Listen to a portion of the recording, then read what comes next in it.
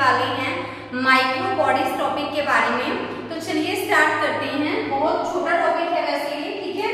Micro bodies, पहले नाम से ही देखिए माइक्रो का मतलब क्या है। माइक्रो का मतलब है हमारे पास यहाँ पे स्मॉल, तो it means small size bodies, तो उनको हम क्या कहते हैं, माइक्रो बॉडीज, ठीक है।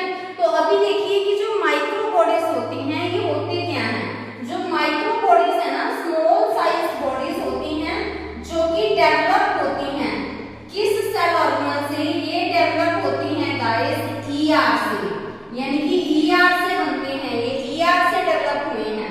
ईआर मींस एंडोप्लाज्मिक रेटिकुलम, तो ये एंडोप्लाज्मिक रेटिकुलम से डेवलप हुए हैं।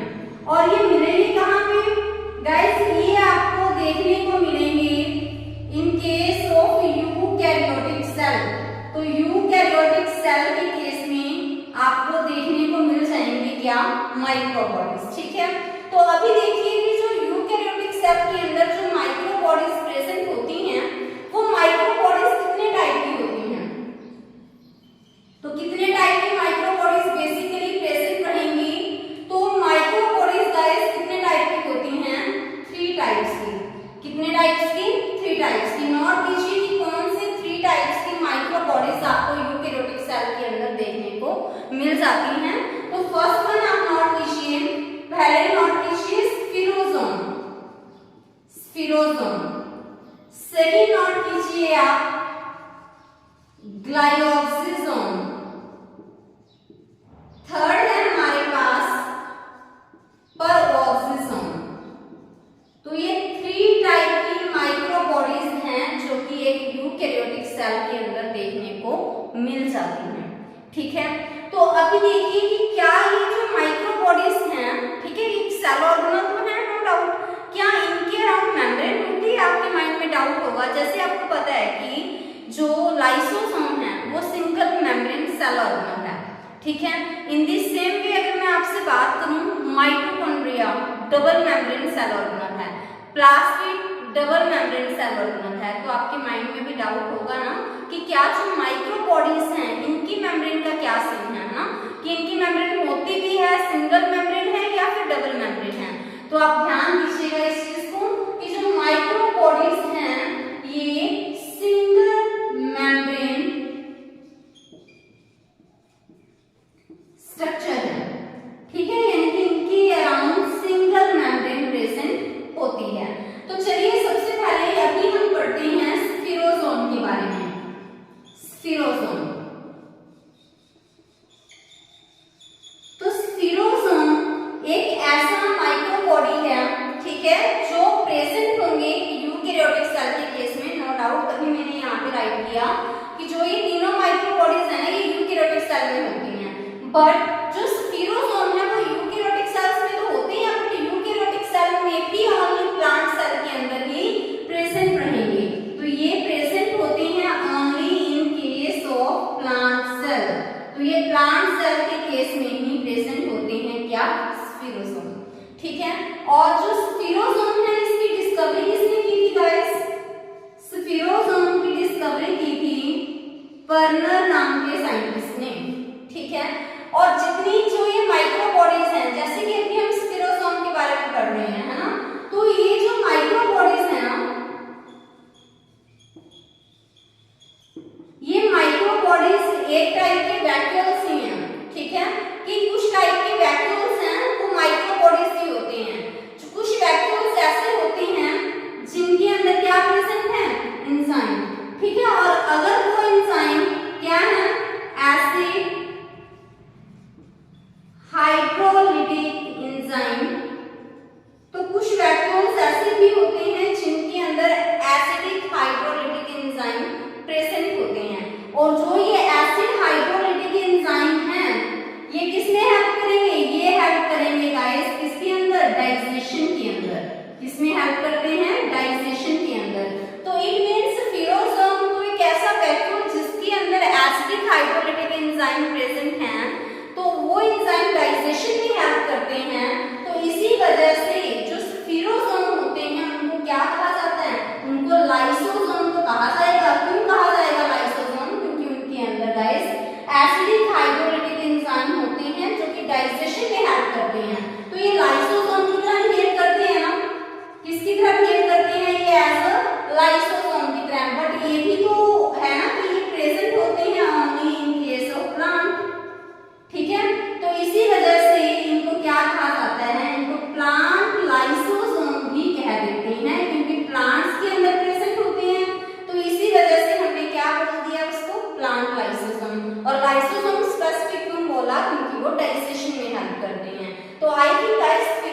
बारे में आपको ये चीजें क्लियर हुई होंगी।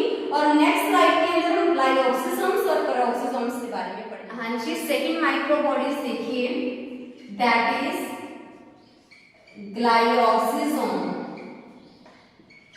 तो देखिए जो ग्लाइकोसिसोम है ये भी एक माइक्रो बॉडी है जो कि प्रेजेंट होगी only in case of plant cell. ये प्लांट सेल के अंदर प्रेजेंट रहेंगे, ठीक है। तो जैसा कि मैंने आपको प्रीवियस माइक्रो बॉडी के बारे में बताया कि जो स्पिरोसोम है उसकी डिस्कवरी पर्नर नाम के साइंटिस्ट ने की थी, बट जो ग्लाइकोसिसोम है उसकी डिस्कवरी किसने की थी? उसकी डिस्कवरी की थी गाइस वीवर्स नाम के साइंटिस्ट ने। ओके, और क्या काम रहेगा ग्लाइकोसिसोम्स का, फंक्शन क्या होता है? देखिए मेन ही कर रहे हैं इनके बारे में आपको, ठीक है। जितनी चीजें मैं आपको करवा रही हूँ माइक्रो बॉडीज के बारे में, ज्यादा डिटेल में इस टॉपिक के बारे में पढ़ने की हमें जरूरत ही नहीं है। तो अभी देखिए कि जो माइक्रो बॉडीज हैं, माइक्रो बॉडीज के अंदर जो हम सेकंड नंबर पे पढ़ रहे हैं ग्लाइकोसिसोम्स, क्या काम रहेगा इसका? इसका काम होता है गाइस फैट की बीटा ऑक्सीडेशन में हेल्प करना, ठीक है। फैट की बीटा ऑक्सीडेशन में हेल्प करना।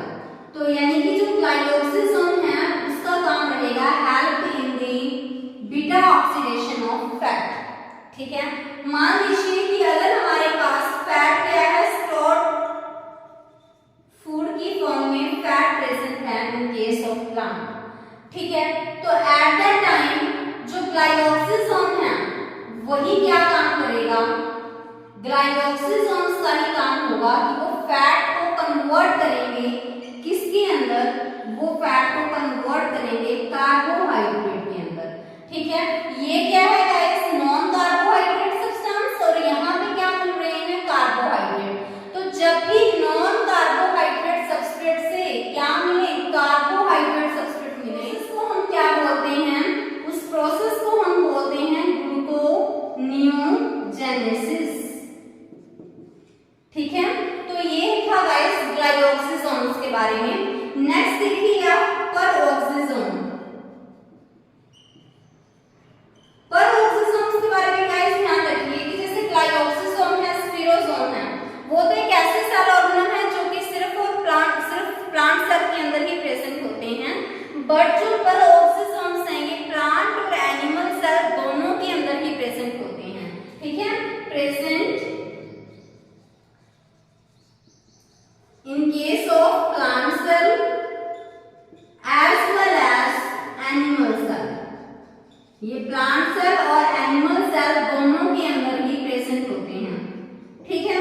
तो ये भी क्या है? ये भी तो एक टाइप से फूड वैक्यूल्स ही है, ठीक है। जो पेरोक्सिसोम्स हैं ये भी तो एक टाइप के क्या है? वैक्यूल्स हैं।